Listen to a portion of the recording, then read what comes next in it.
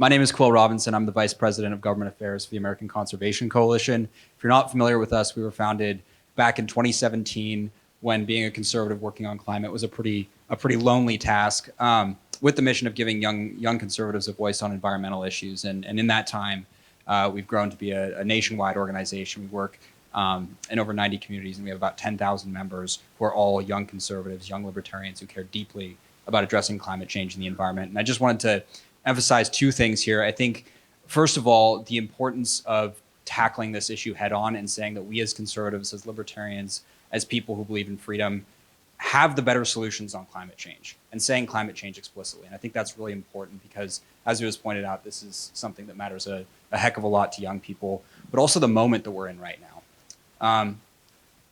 We were just, Chris, my colleague, and I were just over in Sharm el-Sheikh with our friend Senator Fareed over here from Egypt, and we convened a whole bunch of politicians from around the world who come from the right side of the aisle to talk about climate solutions. And it was so clear that not just in the United States, but all over the world, there's an urgent need for free market-based policies to tackle this issue.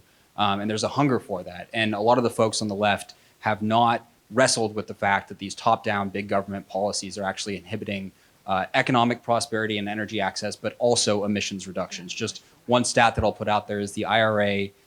With the IRA, 90% of the emissions reductions potential of it will be eliminated if the status quo on permitting remains.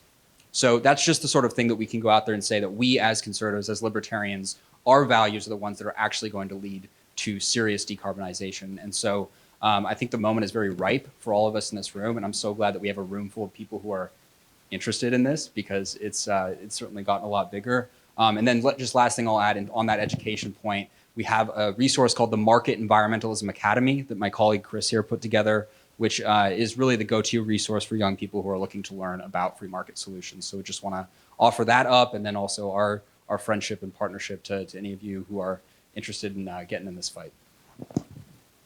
So can we count on you to be in this coalition? Of course.